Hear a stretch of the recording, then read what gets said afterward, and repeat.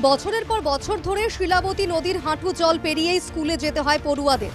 এলাকায় তেমন কোনো স্কুল নেই, ফলে নদী পাড়ের লায়েকপাড়া উচ্চ বিদ্যালয়ই ভরসা। বর্ষার সময় জল বাড়লে বন্ধ থাকে স্কুলে যাতায়াত, ক্ষতি হয় পড়াশোনার। অভিযোগ বাঁকুড়ার সাঁইড়ি, আকরো, কুইপাল, খামারডাঙ্গা সহ একাধিক গ্রামের মানুষের।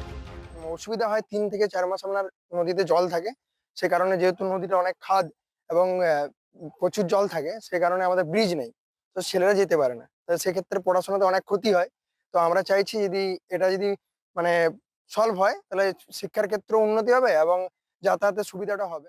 কিভাবে জল যতক্ষণ না কমছে ততক্ষণ অব্দি ঘরে বাচ্চারা সবাই থাকে, আর যা হইলো প্রাইভেটটা পড়ছে, তাছাড়া সবাই ঘরেই থাকে। আর এই জল কমলে নদী পেরে স্কুল যাচ্ছে। বিকল্প রাস্তা থাকলেও সেই রাস্তায় অনেকটা ঘুরে স্কুলে যেতে হয় ছাত্রছাত্রীদের। ফলে ভয় লাগলেও নদীপথেই নিয়মিত যাতায়াত করে পড়ুয়ারা। নদী পেরিয়ে আমরা স্কুল যাচ্ছি। কেন নদী পেরিয়ে কেন যেতে হয়? কারণ আমাদের এখানে কোনো ব্রিজ সেরকম নেই, তাই আমাদের নদী পেরিয়ে যেতে হয়।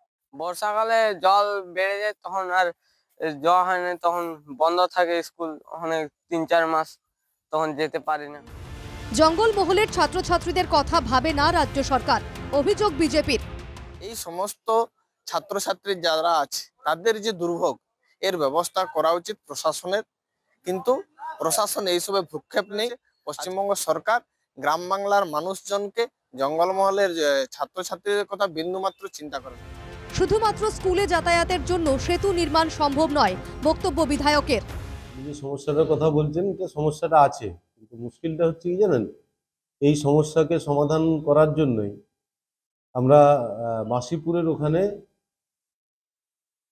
আপার প্রাইমারি নিউ সেট তৈরি করেছিলাম, যাতে বাচ্চাদেরকে নদী পেরিয়ে স্কুলে যেতে না হয়। কিন্তু এরপরে স্কুলটা শুরু হওয়ার পরেও অভিভাবকরা সেখানে বাচ্চাদের পাঠাচ্ছেন না। সব জায়গায় তো আর ব্রিজ তৈরি করা সম্ভব নয়। শুধুমাত্র বাচ্চাদের স্কুলে যাওয়ার জন্য যদি একটা নদীর উপর একটা ব্রিজ তৈরি করতে হয়, তাহলে এটা এমন উচ্চতার পরিকাঠামো তৈরি করতে হবে যে পড়ুয়াদের সুস্থ ভবিষ্যতের জন্য শিলাবতী নদীর উপর দ্রুত সেতু তৈরি হোক, দাবি বাঁকুড়াবাসীর। বাঁকুড়া থেকে মানস রায়ের রিপোর্ট, NKTV বাংলা।